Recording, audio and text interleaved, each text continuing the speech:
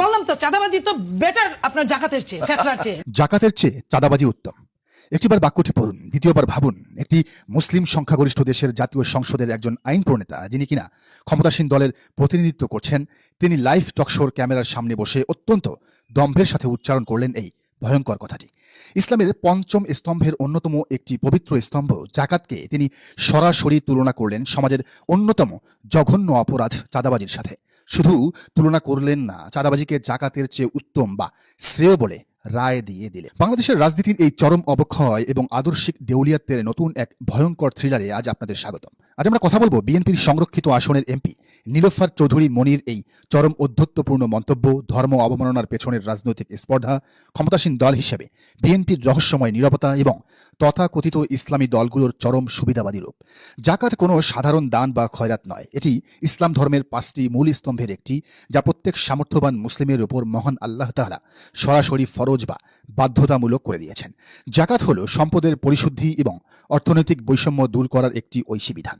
আপনি ব্যক্তিগত জীবনে ধর্ম পালন করতে পারেন, নাও করতে পারেন, সেটি একান্তই আপনার ব্যক্তিগত স্বাধীনতা। কিন্তু একটি রাষ্ট্রের আইন প্রণেতা হয়ে প্রকাশ্যে কোটি কোটি মানুষের বিশ্বাসের একটি মৌলিক এবং পবিত্র উপাদানকে এভাবে হিউমিলিয়েট বা চরমভাবে অপমান করার অধিকার আপনাকে কে দিয়েছে? আর এই পবিত্র ইবাদতকে তিনি কিসের সাথে মেলালেন জানেন? চাঁদাবাজি, যেটা বিএনপির নেতাকর্মীরা করে থাকেন, যা আইনত একটি জঘন্য ফৌজদারি অপরাধ, সমাজের রন্ধ্রে রন্ধ্রে ক্যান্সারের মতো ছড়িয়ে থেকে সাধারণ মানুষের জীবনকে অতিষ্ঠ করে তোলে। সেই চাঁদাবাজিকে জাকাতের চেয়ে উত্তম বলার এই স্পর্ধা মূলত দেশের সংবিধান এবং দেশের কোটি কোটি ধর্মপ্রাণ মানুষের অনুভূতিতে এক ভয়ঙ্কর কুঠারাঘাত। আইনের ভাষায় এটি সুস্পষ্ট এবং সরাসরি ধর্ম অবমাননা।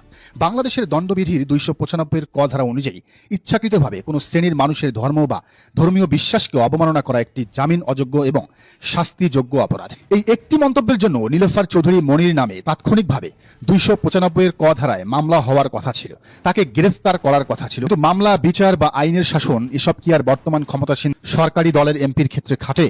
উত্তর হলো না, খাটে না। ক্ষমতার দম্ভে আইন আজ তাদের পকেটে বন্দী। সবচেয়ে ভয়ঙ্কর থ্রিলারটি লুকিয়ে আছে এই ঘটনার পরবর্তী 24 ঘন্টার চিত্রে। একজন সংসদ সদস্য এত বড় একটি স্পর্ধিত এবং ধর্মবিদ্বেষী মন্তব্য করার পর 24 ঘন্টার বেশি সময় পার হয়ে গেছে, কিন্তু ক্ষমতাসীন বিএনপি দলগতভাবে তার বিরুদ্ধে কোনো ব্যবস্থাই নেয়নি। দল থেকে তাকে বহিষ্কার করা তো দূরের কথা, সাধারণ একটি শোকজ বা কারণ দর্শানোর নোটিশ পর্যন্ত দেওয়া হয়নি। অথচ এই বিএনপি শায়েখ আহমদুল্লাহকে জাকাত বোর্ডের সদস্য বানিয়ে তাকে ইন্টারন্যাশনালি জাকাত নিয়ে কাজ করার কথা বলছে। শায়েখ আহমদুল্লাহর এখন উচিত বিএনপিকে বলা যে আপনাদের এই নেত্রী, যিনি জাকাত নিয়ে অবমাননাকর বক্তব্য দিয়েছেন, তাকে আপনারা বহিষ্কার করেন। নেটিজেনরা এবং রাজনৈতিক বিশ্লেষকরা অত্যন্ত ক্ষোভের সাথে বলছেন, বিএনপির ঘাড়ে এখন মূলত শাহবাগী ভূত শক্তভাবে চেপে বসেছে। দলের ভেতরে ডানপন্থী বা ইসলামপন্থী মূল্যবোধে বিশ্বাসীদের সুপরিকল্পিতভাবে সাইডলাইনে ফেলে দিয়ে এমন কিছু মানুষকে সামনে আনা হচ্ছে যাদের মনস্তত্ত্ব চরমভাবে ধর্মবিদ্বেষী। এটি কোনো বিচ্ছিন্ন ঘটনা নয়, একটু পেছনে তাকান। বিএনপির আরেক প্রভাবশালী নেতা মোশাররফ হোসেন ঠাকুর লাইভ টকশোতে বসে অত্যন্ত নগ্নভাবে বলেছিলেন, নেকাব পরে মুখ ঢাকাটা নাকি পতিতাদের রীতি। একজন মুসলিম নারীর পর্দার বিধানকে সরাসরি পতিতাবৃত্তির সাথে তুলনা করার মতো এমন জঘন্যতম কথা বলার পরও সেই ঠাকুরকে বিএনপি একটি ফুলের টোকাও দেয়নি। তাকে দল থেকে চরম আশকারা দিয়ে লালন পালন করা হচ্ছে। এই ঘটনাগুলো প্রমাণ করে ইসলাম অবমাননার এই ধারাটি বিএনপিতে এখন আর কোনো বিচ্ছিন্ন মন্তব্য নয়, এটি মূলত একটি প্রাতিষ্ঠানিক মানসিকতায় পরিণত হয়েছে। ক্ষমতাসীন বিএনপির এই চরম নির্লজ্জতার বিপরীতে বাংলাদেশের রাজনৈতিক ইতিহাসের একটি পুরনো পাতা উল্টানো অত্যন্ত প্রাসঙ্গিক।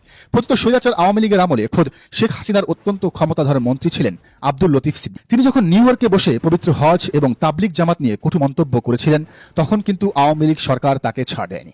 চরম চাপের মুখে পড়ে হলেও শেখ হাসিনা তাকে মন্ত্রিসভা থেকে লাথি মেরে বের করে দিয়েছিলেন এবং দল থেকে আজীবনের জন্য বহিষ্কার করেছিলেন। পরবর্তীতে তাকে জেলেও যেতে হয়েছিল। যে আওয়ামী লীগকে আমরা ফ্যাসিস্ট এবং ইসলাম বিদ্বেষী বলে জানি, তারাও যখন তাদের মন্ত্রীর ধর্ম অবমাননার বিরুদ্ধে কঠোর শাস্তিমূলক ব্যবস্থা নিয়েছিল, সেখানে আজ ক্ষমতার মসনদে বসা বিএনপি তাদের এই চুনোপুটি এমপিদের বিরুদ্ধে কোনো ব্যবস্থাই নিচ্ছে না। এই নির্লজ্জতা কি প্রমাণ করে না যে ধর্ম অবমাননার ক্ষেত্রে বিএনপি এখন পতিত আওয়ামী লীগকেও ছাড়িয়ে যাচ্ছে? এই পুরো নাটকের সবচেয়ে ক্লাইম্যাক্স এবং হাস্যকর দৃশ্যটি হলো দেশের তথাকথিত ইসলাম রক্ষক দলগুলোর ভূমিকা। জাকাতকে চাঁদাবাজির চেয়ে নিকৃষ্ট বলার পর দেশের ধর্মপ্রাণ মানুষ যখন ক্ষোভে ফুঁসে, তখন বিএনপির রাজনৈতিক মিত্র এবং শরিক দল জমিয়তে উলামায়ে ইসলাম এবং কওমি অঙ্গনের সবচেয়ে বড় প্ল্যাটফর্ম হেফাজতে ইসলাম কোথায়? তারা মুখে একদম শক্ত করে ক্লু পেটে বসে আছে। তাদের গলা দিয়ে কোনো শব্দ বের হচ্ছে না, কোনো বিবৃতি আসছে না, কোনো ফতোয়া দেওয়া হচ্ছে না।